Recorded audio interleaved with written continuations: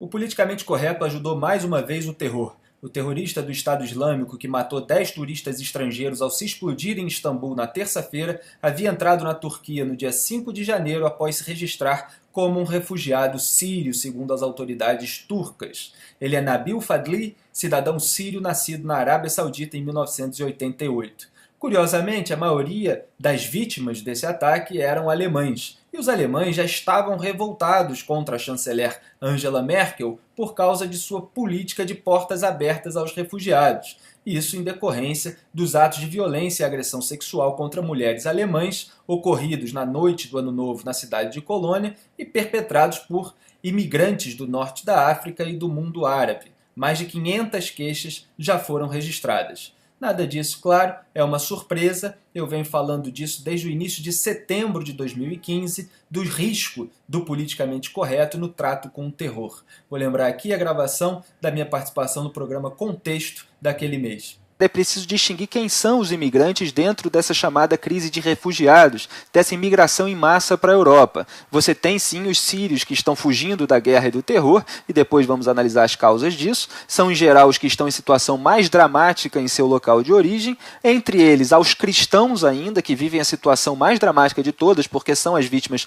prioritárias dos terroristas do Estado Islâmico, tidos como infiéis. Você tem um segundo grupo de imigrantes que não estão fugindo da guerra, mas buscam uma vida melhor, cientes das vantagens dos benefícios sociais europeus. Nesse grupo, você tem gente de outros países do norte da África que também falam árabe e tentam se passar por sírios, muitas vezes com passaportes falsos, para afetar um drama maior do que realmente vivem e conseguirem entrar na Europa.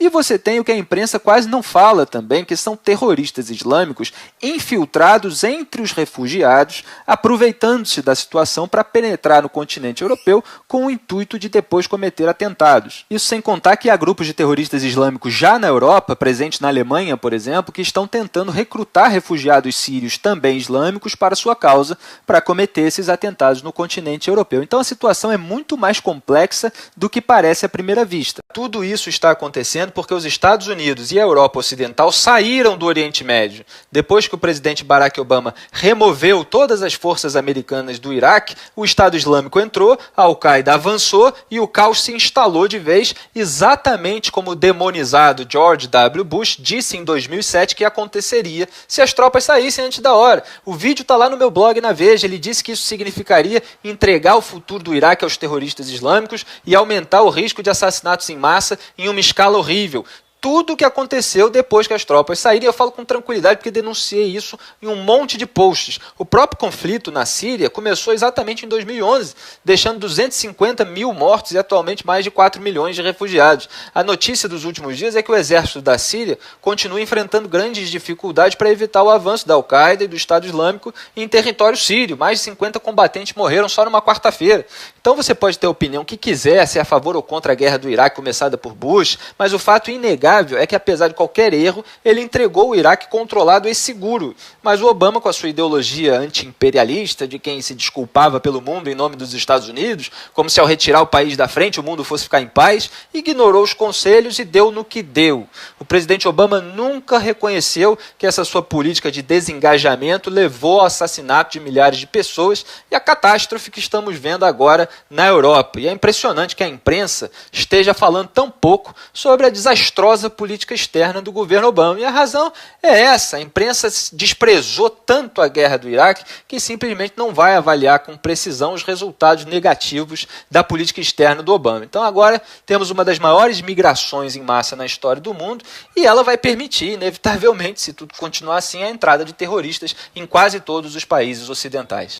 Pois é, eu falei tudo isso no começo de setembro, meses antes dos ataques de Paris, quando então começou uma discussão mundial sobre o assunto. Então me repeti e acrescentei esse comentário que eu vou mostrar para vocês agora.